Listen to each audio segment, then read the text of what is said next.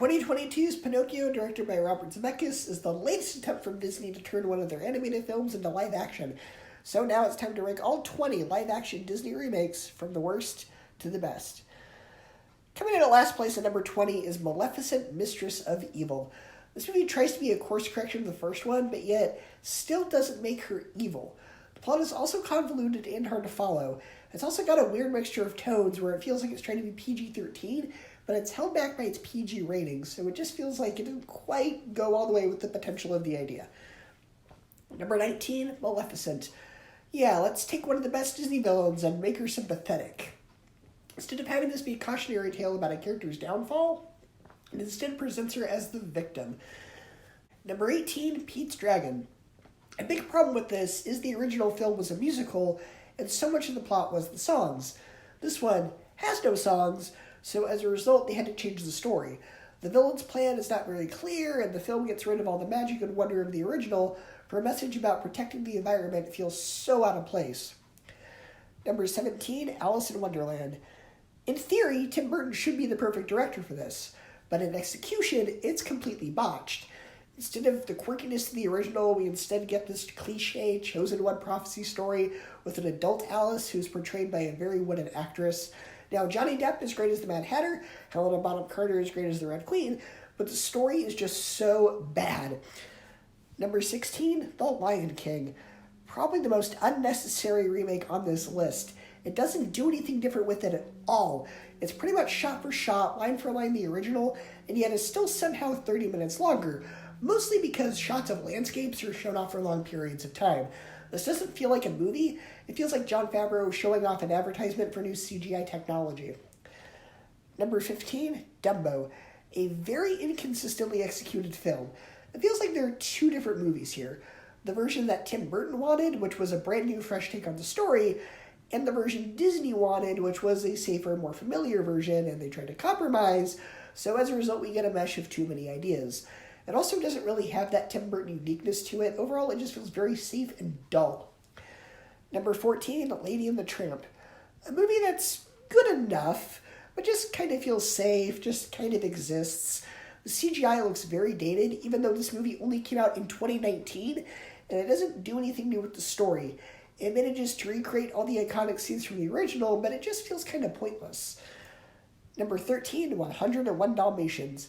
This was written by John Hughes, who did Home Alone, and you could tell, because with all the slapstick and pratfalls, it very much feels like Home Alone, but with puppies. Glenn Close is great as Cruella de Vil, but again, this is another one of those remakes that feels very safe. Number 12, 102 Dalmatians. This one is far more entertaining and interesting than the original. The story about Cruella de Vil possibly being cured is a great concept. Eric Idle is very funny as Waddlesworth. The character of Oddball is fun. There's some nice little cute romance between the two main human characters. LaPelt is a great new henchman. I think everything about this one is better. The plot, the characters, the jokes, everything about it is an improvement over 101 Dalmatians. Number 11, Alice Through the Looking Glass. This feels actually a bit closer to what Alice in Wonderland is supposed to be, but it still has a few problems. How the film uses the idea of personifying time and plays with it is really fun. There's some good twists in the plot, but Mia, however her last name is pronounced, still can't act, which really pulls the film back. But I still think it's a lot more fun than its predecessor, and at least tries to replicate the quirkiness of Wonderland a bit better.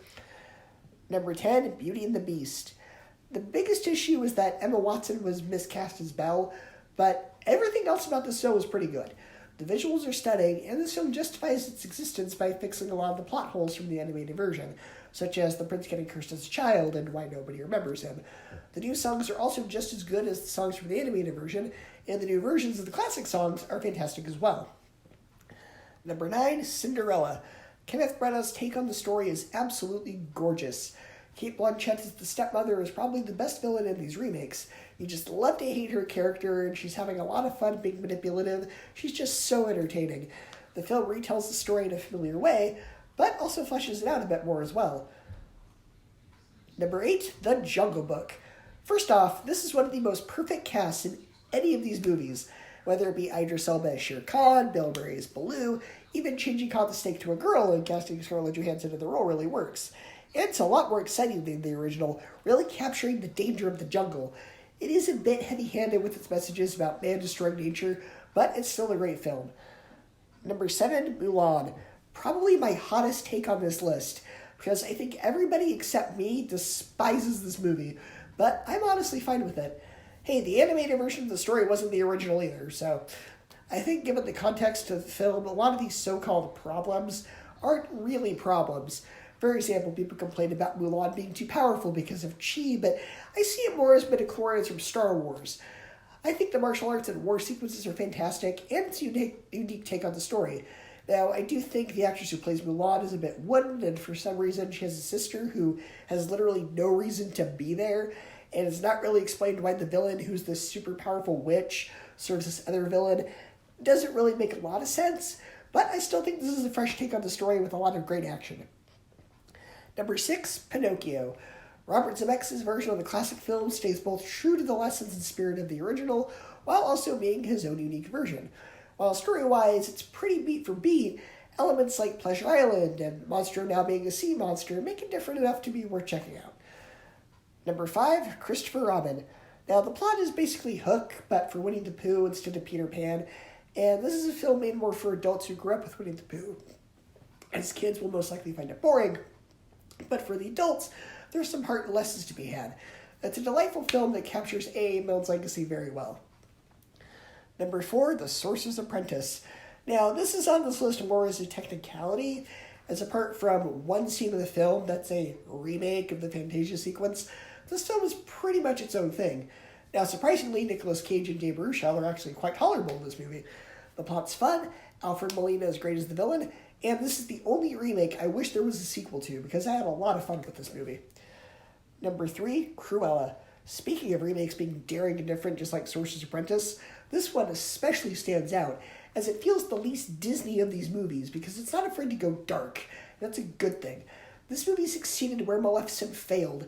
Instead of painting Cruella as a victim, it instead delves into themes of mental illness and nature versus nurture, and shows the downfall of a character, serving more as a cautionary tale. Emma Stone and Emma Thompson both have fun trying to upstage each other, and it has elements of a heist film which also makes it stand out. It's devilishly delightful. Number 2, Aladdin. I find this film incredibly fun with fantastic cast, except for Jafar. Jafar was very miscast, he wasn't sinister enough. Will Smith brings his own style of humor to the role of the genie. The chase sequences in this film are very exciting. It's gorgeous to look at, and the new story elements help expand the film and make it feel fresh. And coming in at number 1 is Chip 'n Dale Rescue Rangers, a love letter to 90s kids and animation fans. This is the closest thing to a Roger Rabbit sequel we're going to get, at least for now. John Mulaney and Andy Samberg are absolutely hilarious in the film. The writing has all the Lego movie-style self-aware humor, with a ton of jokes and references for everybody. Anybody can enjoy this film, whether they've seen the show or not. There's something for everybody to get a kick out of, so it comes in at number 1. It's going to share a ranking of the live-action remakes, including the new Pinocchio film, and I will see you next time.